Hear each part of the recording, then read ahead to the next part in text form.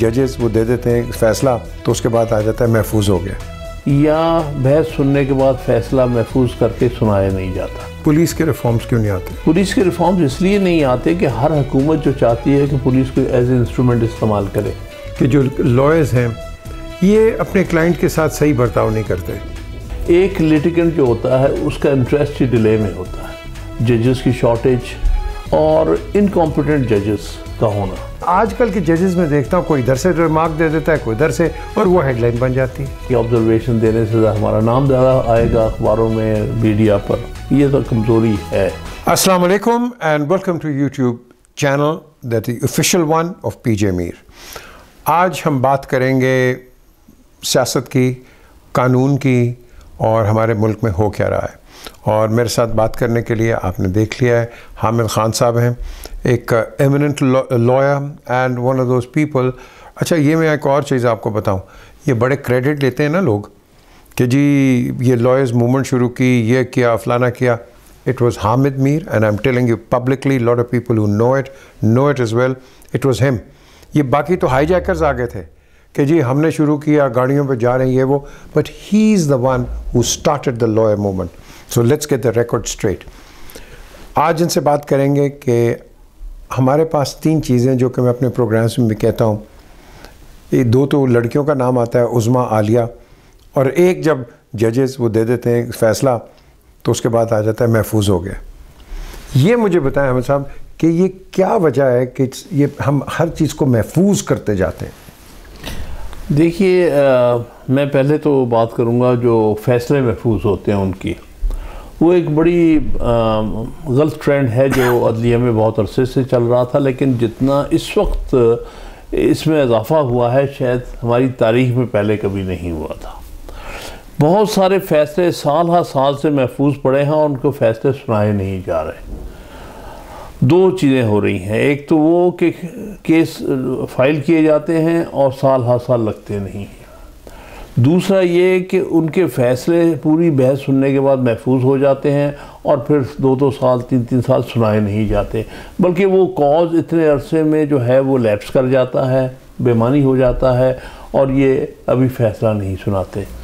तो ये एक बड़ा ही अजीब सा ट्रेंड चला है, लेकिन मुझे जहाँ तक इसमें नज़र आ रहा है, क्योंकि ये मेनली सेंसिटिव केसेस में हो रहा है और जहाँ पर कुछ ऐसी कुव्वतें हैं जो नहीं चाहती कि इस इशू का फ़ैसला हो, वहाँ पर या केस लगाया नहीं जाता या बहस सुनने के बाद फ़ैसला महफूज करके सुनाया नहीं जाता।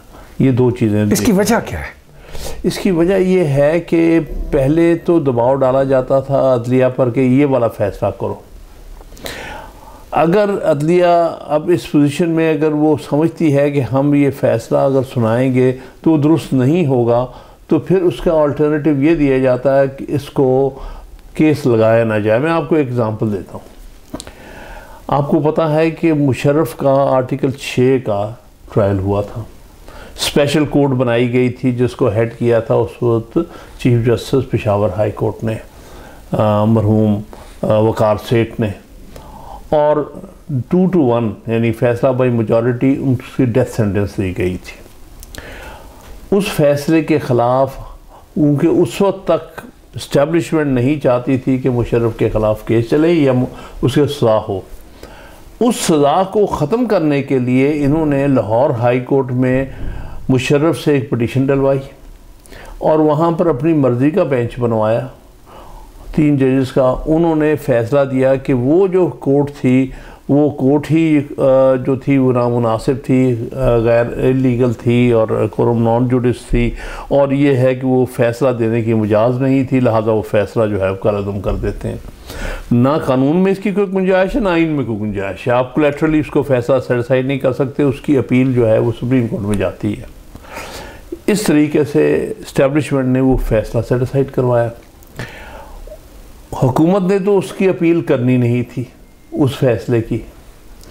जहाँ तक सुप्रीम कोर्ट जो फ़ैसला स्पेशल कोर्ट का था डेथ सेंटेंस का, इनिशियली उसमें भी इनका कोई इरादा नहीं था कि उसमें अपील मुशर्रफ करे, लेकिन हुआ ये कि एक पिटिशनर मेरे पास था जिसकी सारी इनिशिएशन पर शुरू से ये मामला चलता रहा कि हाँ इसका आर्टिकल 6 का मुकदमा चलना चाहिए, और अल्टीमेटली उसको कंसीड किया था नवाज शरीफ की हुकूमत ने कि हाँ हम चलाएँगे।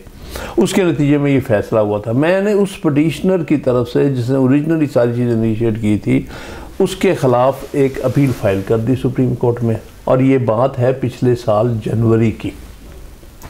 जनवरी से लेके आज फरवरी आ चुका है 2021 का, वो पिटीशन नहीं लगती, ना कोई लगा रहा है, ना इंटरेस्टेड है लगाने में, ना उसमें जो अर्ली हियरिंग की हमारी पिटीशन सुनी जा रही हैं, बिल्कुल दबा दिया गया है। इसलिए दबा दिया गया है कि हमारी जो इस्टेब्लिशमेंट है वो नहीं चाहती कि वो जो फ़ैसला है स्पेशल कोर्ट का वो किसी तरह अपहोल्ड हो और डेथ सेंटेंस हो जाए मुशर्रफ को। हालांकि मुशर्रफ ने आना तो है नहीं, ना उस पर सेंटेंस एग्जीक्यूट होनी है, लेकिन इस्टेब्लिशमेंट नहीं चाहती। तो इसलिए उसका तरीक़ाकार ये है, जो हमारी अदलिया कमज़ोर है, हमारी सुप्रीम कोर्ट में वो दमखम नहीं है, जो चीफ जस्टिस है वो उस फैसले उसको दबा दिया उन्होंने, और उसको लगाते नहीं हैं इस ख्याल से कि कोई ऐसे सूरत हाल पैदा हो जाए जिसके नतीजे में ये केस इन्फ्रुक्चुअस हो जाए। तो एक मैंने एग्जांपल आपके सामने अच्छा है। वो क्या है फिर जो जस्टिस इफ्तिखार ने जो रेक्टिफाई किया, रेटिफाई किया सारे को, the taking over and everything, वो कहाँ ठहरता है? टेकिंग ओवर जो 2099 जी 1999 की हाँ वो तो रेटिफाई हो गया था सन 2000 में, वो जो केस है ज़फ़र अली शाह वाले केस में, तो वो तो है। उन्होंने उस केस को कभी सेटिसाइड किया नहीं डायरेक्टली। 2009 में एक जजमेंट दी थी जिसमें उन्होंने कहा था कि जितनी भी जजमेंट्स हैं जिसमें मार्शल लॉ को उन्होंने वैलिडेट किया है वो करेक्ट लॉ नहीं है। इस हद तक नुसरत भुट्टो और ज़फ़र अली शाह केस मैं समझता हूँ उन्होंने किसी हद तक उनको गैर मौसर कर दिया है। तो वो इस हद तक तो ये बात है, लेकिन डायरेक्टली वो सेटिसाइड नहीं हुआ। डायरेक्टली जो सेटिसाइड हुए थे एक्शन वो 3 नवंबर 2007 के Sindh high court bar association वाले केस में 2009 में। अच्छा, और ये जो उज़्मा आलिया इनका क्या करेंगे कि उज़्मा आलिया के सामने ये चीज़ प्रेजेंट होगी, लेकिन ये तेज़ क्यों नहीं चलते? हर केस में ये हो रहा है। इसके अलावा मैं आपको एग्जांपल देता हूँ। इस वक्त जो सुप्रीम कोर्ट में जो हो रहा है, यही वकार सेठ जो फौत हो गए हैं, इनको 3 दफ़ा सुपरसीड किया गया। यानी लाहौर हाई कोर्ट से 3 जज सुप्रीम कोर्ट में लेके गए हैं पिछले 2 सालों के अंदर, और वो उनसे सीनियर था, चीफ जस्टिस भी था।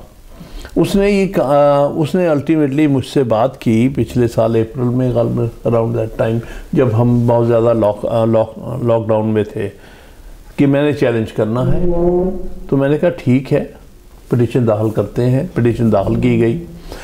अब वो पिटीशन जो है उसमें हमने चैलेंज ये किया है कि आप सीनियरिटी के फैक्टर को इग्नोर करके आप सुप्रीम कोर्ट में अपॉइंटमेंट नहीं कर सकते। जो सीनियर लोग बैठे हैं उनको आप इग्नोर कर रहे हैं और आप जूनियर जजेस को सुप्रीम कोर्ट लेके जा रहे हैं, तो वर्चुअली आप सीनियरिटी का प्रिंसिपल जो है जिसको आपने बहुत सी जजमेंट में अपहोल्ड किया उसको ख़त्म कर रहे हैं। वो केस भी गुलजार साहब ने नहीं लगाया, हत्ता कि वो बेचारा नवंबर को फौत हो गया। उससे कनेक्टेड केसेस कुछ और भी हैं, वो भी लग सकते हैं, लेकिन वो नहीं लगाए जा रहे। तो और उसके बड़ा इम्पोर्टेंट केस था। उसमें बेसिकली तो चूँकि इस्टेब्लिशमेंट बड़ी नाखुश थी उससे, वकार सेठ से, तो उसको तो ना तो सुप्रीम कोर्ट में जाने देना था, और ये हमारी अदलिया, ये जो जुडिशल कमीशन है, ये इस कदर ताबे है उनके, ये इस कदर खौफज़दा है उनसे कि वो इस किस्म के जज को सुप्रीम कोर्ट लाने की ज़रूरत नहीं करते, बल्कि जिस जज ने वो कोलैटरली सेटिसाइड किया है उसका फ़ैसला, उसको सुप्रीम कोर्ट ले आए। तो ये हालात आजकल जुडिशरी के कुछ ऐसे ही हालात हैं। अच्छा, आप क्या कहेंगे कि इस वक्त ये एक टाइम आ गया है कि ओवरऑल पाकिस्तान में रिफॉर्म्स की ज़रूरत है? जी बिल्कुल सही है, बहुत सारे रिफॉर्म्स की ज़रूरत है और बहुत से रिफॉर्म्स आने चाहिए जिससे सही माने में हम समझें कि मुल्क में जमहूरियत का या पुलिस के रिफॉर्म्स क्यों नहीं आते? पुलिस के रिफॉर्म्स क्यों नहीं आते? पुलिस के रिफॉर्म्स इसलिए नहीं आते कि हर हुकूमत जो चाहती है कि पुलिस को एज ए इंस्ट्रूमेंट इस्तेमाल करे। देखिए ना, ये बात हर हुकूमत कहती है कि पुलिस जो है वो उसका पॉलिटिकली यूज़ नहीं होना चाहिए, लेकिन हर हुकूमत करती है उसको पॉलिटिकली यूज़, इनको बशमूल हमारे मौजूदा हुकूमत के। तो जब वो पार से बाहर होते हैं तो कहते हैं पुलिस जो है ये पॉलिटिकल इंस्ट्रूमेंट है, जब वो इक़्तिदार में आ जाते हैं तो उसी को इस्तेमाल करते हैं एज पॉलिटिकल इंस्ट्रूमेंट। ये मसला है। अच्छा, एक और चीज़ जो कि मेरे कई प्रोग्रामों में निशानदेही होती है कि जो लॉयर्स हैं ये अपने क्लाइंट के साथ सही बर्ताव नहीं करते, उनसे पैसे ले लेते हैं, फिर तारीखें डलवा देते हैं, और वो जो गरीब आदमी है पर्टिकुलरली वो चक्कर लगाता है आगे पीछे, एंड उसके सालों साल केस चले रहते हैं। ये बात दुरुस्त है, लेकिन इसमें वकला का भी है और उसमें लिटिगेंट का भी बराबर का कसूर है। एक लिटिगेंट जो होता है उसका इंटरेस्ट ही डिले में होता है, वो वकील को पे इस काम के लिए करता है कि तुमने केस का फैसला नहीं होने देना। मिसाल के तौर पर जो टेनेंट लैंडलॉर्ड की लिटिगेशन होती है उसमें टेनेंट इंटरेस्टेड होता है कि ये केस जितना लंबा हो उतना अरसा मैं प्रॉपर्टी इस्तेमाल करूं, तो वो आमतौर पे टेनेंट का जो वकील है वो किसी ना किसी हीले बहाने से उसको डिले करता रहता है। इसो ये दोनों एक तरह से ये इसमें वकला की भी इन्वॉल्वमेंट है, इसमें पब्लिक की और लिटिगेंट की भी इन्वॉल्वमेंट है जो डिले में है। दूसरा जो वजह होती है लिटिगेशन को डिले होने की, उसमें बड़ी हद तक वजह जजेस की शॉर्टेज और इनकॉम्पिटेंट जजेस का होना जो केसेस को निपटा नहीं सकते। तो ये इनकॉम्पिटेंट जजेस लगाते क्यों हैं? क्योंकि यहाँ सिफारिशबाजी चलती है जजेस की अपॉइंटमेंट में। बिल्कुल होती है, यानी पहले हम कहते थे कि हुकूमतें इसको सिफारिश करती हैं, क्योंकि पहले अपॉइंटमेंट जो थी एग्जेक्टिव के हाथ में थी, यानी अल्टीमेटली चीफ जस्टिस को कंसल्ट किया जाता था और ओपिनियन ली जाती थी, लेकिन अपॉइंटमेंट अल्टीमेटली एग्जेक्टिव करती थी, प्राइम मिनिस्टर के एडवाइस के ऊपर प्रेसिडेंट करता था। वो अब किसी हद तक ख़त्म हो गई है जब से 18वीं तरमीम आई। अब आर्टिकल 175A के तहत जुडिशल कमीशन ही फाइनल बॉडी है, पार्लियामेंट्री कमेटी उससे इंटरफेयर कर सकती है थोड़ी बहुत, लेकिन ज़्यादा नहीं करती। लिहाजा ये जुडिशल कमीशन में जजेस की मेजॉरिटी है, यानी हाई कोर्ट के जज जो अपॉइंट होना है उसके लिए जुडिशल कमीशन में वर्चुअली 13 में के जो जजेस का कमीशन है headed by chief justice of Pakistan, उसमें तकरीबन 8 जज होते हैं, 5 दूसरे लोग होते हैं जिसमें 2 वकीलों के नुमाइंदे होते हैं, बाकी जो है अटॉर्नी जनरल होते हैं और 2 लॉ मिनिस्टर होते हैं। उनकी कोई इतनी बात सुनी नहीं जाती क्योंकि वो चीफ जस्टिस को नाराज़ नहीं करना चाहते, वो चीफ मिनिस्टर अटॉर्नी जनरल नहीं करता। लिहाजा जो काम भी होता है अपॉइंटमेंट ये अब जजेस करते हैं। अब ये जो जुडिशल कमीशन में है जजेस, ये आपस में बंटवारा करते हैं, किसी का कोई फेवरेट है किसी का कोई फेवरेट है। तो जब से ये निज़ाम आया है 2010-11 से, हम ये देख रहे हैं कि पहले गवर्नमेंट के अगर फेवरेट्स लगते थे, अब इंडिविजुअल जजेस जुडिशल कमीशन के मेंबर चेयरमैन वो अपने फेवरेट्स लगाते हैं, रिश्तेदार लगाते हैं, अपने चेंबर से लोगों को लगाते हैं। उससे भी सारा सिस्टम जो है बड़ी हद तक ख़राब हुआ है, डीरेल हुआ है। उसमें बहुत सारे इनकॉम्पिटेंट जजेस हैं, बल्कि कुछ ऐसे हैं जिनकी इंटेग्रिटी भी बड़ी डाउटफुल है। अच्छा, जब हम इंटेग्रिटी की बात करते हैं, आपको याद होगा जस्टिस कॉर्नेलियस का ज़माना, जस्टिस सरदार इकबाल, ऐसे जजेस कभी भी जो डिसीजन लेते थे उसके बाद कोई प्रेस कॉन्फ्रेंस नहीं या कोई रिमार्क्स ऐसे नहीं देते थे कि जिसके अंदर you create some sort of ambiguity. तो ये आजकल के जजेस में देखता हूँ, कोई इधर से रिमार्क दे देता है, कोई इधर से, और वो हेडलाइन बन जाती है। उसमें जजेस की भी गलती है कि ऑब्जर्वेशन को ज़्यादा देते हैं। उनका शायद ये ख्याल होता है कि ऑब्जर्वेशन देने से हमारा नाम ज़्यादा आएगा अखबारों में, मीडिया पर। ये तो कमज़ोरी है, लेकिन उसमें मीडिया का भी है, मीडिया को भी रेस्ट्रेंट शो करना चाहिए। उनका ऑब्जर्वेशन जो है ज़रूरी नहीं कि फ़ैसले का हिस्सा बने। कई बातें सवाल पूछे जाते हैं, वो सवाल जो पूछे जाते हैं वो ज़रूरी नहीं है कि उनके जहन में कोई फ़ैसले की निशानदेही करते हों। तो ये दोनों तरफ से, मीडिया की तरफ से भी और फिर हमारे जजेस को भी जिनको शौक है मीडिया में नज़र आने का, उनकी तरफ से भी। अच्छा, फाइनल क्वेश्चन मुझे ये बताइए कि नैब का कोर्ट हो जाए या हाई कोर्ट हो, सुप्रीम कोर्ट हो, कोई कोर्ट हो, अंदर से आप डिसीजन आइदर वेज लेके आते हैं और बाहर एक प्रेस कॉन्फ्रेंस कर देते हैं, is that the right way to go about? मुनासिब नहीं है, मुनासिब नहीं है, लेकिन ये भी फिर अगेन मीडिया की अवेलेबिलिटी है, क्योंकि सुप्रीम कोर्ट के बाहर मीडिया अवेलेबल है ऑल द टाइम, तो इसलिए दोनों तरफ से ही कोशिश होती, इंसिस्टेंस होती है। एक तो जो एग्रीड पार्टी होती है वो अपना ग्रीवेंस शो करना चाहती है, दूसरी तरफ मीडिया को भी चाहिए होता है ख़बर, और वो ख़बर बनती है जो बाहर निकल के जो आप बात करते हैं उससे। अच्छा, लास्ट क्वेश्चन मुझे बताइए कि ये जो लॉयर्स, कई लॉयर्स तो ऐसी फ़ी ले लेते हैं, गरीब आदमी तो जा ही नहीं सकता वहाँ, और कई लॉयर्स हैं कि वो फ़ीस ले के भी काम नहीं करते। आपकी बार एसोसिएशन जो है, काउंसिल्स हैं, इसके अंदर कोई इसके रेमेडी है कि पीपल शुड बी हेल्प्ड?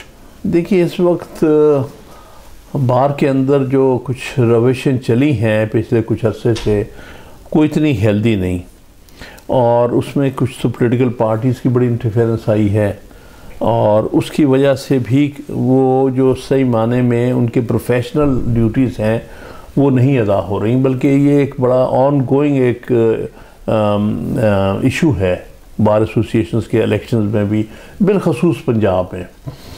दूसरे जो प्रोविंसेस हैं वहाँ के बार ज़्यादा इशू बेस्ड बातें होती हैं वहाँ पर। पंजाब में कुछ अरसे से ये मामला नहीं रहा, जैसे जस्टिस फाइज साहब वाला केस था, उसमें हम वकील तो चलिए सिंध से थे, रशीद रिजवी और मनीर मलिक साहब, और मैं था यहाँ से, लेकिन बार्स की जो हमें सपोर्ट थी वो तीनों सूबों में बहुत थी। यानी बलूचिस्तान से हर बार ने पिटीशन फाइल की थी उसके हक़ में, सिंध में मेन और KPK में। पंजाब में कोई नहीं आगे आ रहा था, वो सारे जो थे वो इस्टेब्लिशमेंट से डरते थे, क्योंकि ये काजी फाइज था जो इस्टेब्लिशमेंट के सख्त के ख़िलाफ़ उसने ऑब्जर्वेशन दी है, उसके यही कसूर है और क्या, कि उसने एक जजमेंट में ये कहीं कह दिया है कि जी आपका काम नहीं है धरने पे बिठाना और उठाना। तो कोई पंजाब की बार एसोसिएशन, यानी यहाँ बार में यहाँ तक तनज़री आ गई है कि वो इशू के ऊपर खड़े नहीं हो पा रहे थे। बड़ी मुश्किल से एक vice chairman Punjab bar council था जो मेरे ग्रुप का था, उससे मैंने पिटीशन कराई, इसलिए कि ये पता चले कि ये सारे चारों सूबों में लोग वकील इसके बारे में बात कर रहे हैं। एक ये आपके सामने, दूसरा आपके सामने केस है वो शौकत सिद्दीकी का, उसके साथ बड़ी ज़्यादती हुई, और ज़्यादती करने वाली सुप्रीम जुडिशल काउंसिल है, जिसने बगैर उसको प्रॉपर इंक्वायरी के उसको कहा कि इसको रिमूव करो। और हमारी गवर्नमेंट की हालत ये है कि वो जिस दिन मैं उसका वकील था, जिस दिन मुझे ख़बर मिली कि उसने सुप्रीम जुडिशल काउंसिल ने रिपोर्ट दे दी उसके ख़िलाफ़, तो चंद मिनटों में, हालांकि आइन की रिक्वायरमेंट ये है कि प्रेसिडेंट्स ऑफ माइंड अप्लाई करे कि हाँ ये रिपोर्ट दुरुस्त है, कोई उस पर बाइंडिंग नहीं है अंडर द कॉन्स्टिट्यूशन, लेकिन वो तो जी मिनटों सेकंडों में फ़ैसला हो गया। हमारे यहाँ तो आमतौर पे हमारी ये हुकूमत तो दिनों छोटे छोटे फैसले नहीं करती, लेकिन जज को रिमूव करने का, क्योंकि उसमें ISI डायरेक्टली इन्वॉल्व थी, क्योंकि उसका कसूर ये था कि उसने बार एसोसिएशन को एड्रेस करके कहा कि मुझे ISI के जर्नल ने आगे कहा, मुझे ब्रिगेडियर ने कहा ये फैसला करो, ऐसा बेंच नहीं होना चाहिए, इसके बातें, और देखिए इस तरह से जुडिशरी पे दबाव डाला जा रहा, चूँकि वो देवर टोटली इनमिकल टू हिम। तो जी इतनी उनकी पजीराई है कि मिनटों के अंदर उसने प्राइम मिनिस्टर की उसमें एडवाइस भी हो गई और सदर का ऑर्डर भी पास हो गया। आपके और प्राइम मिनिस्टर के रिलेशंस कैसे हैं? मेरे काफ़ी अरसे से उनसे कोई इतनी कम्युनिकेशन नहीं है। ख़ास तौर पे काजी फाइज साहब वाले इशू पर मुझसे बहुत नाराज़ हो गए जब उन्होंने कहा था कि मैं वकला में कोशिश करूं कि काजी फाइज साहब के ख़िलाफ़ सेंटिमेंट हो, तो मैंने कहा नहीं, ये आपने गलत काम किया है, आपको ये रेफरेंस नहीं देना चाहिए। एक इंडिपेंडेंट अपराइट जज है, हमें इंडिपेंडेंट अपराइट जज चाहिए। तो वो इस पर उनको बड़ी वो नाखुश, थोड़े नाराज़ हैं।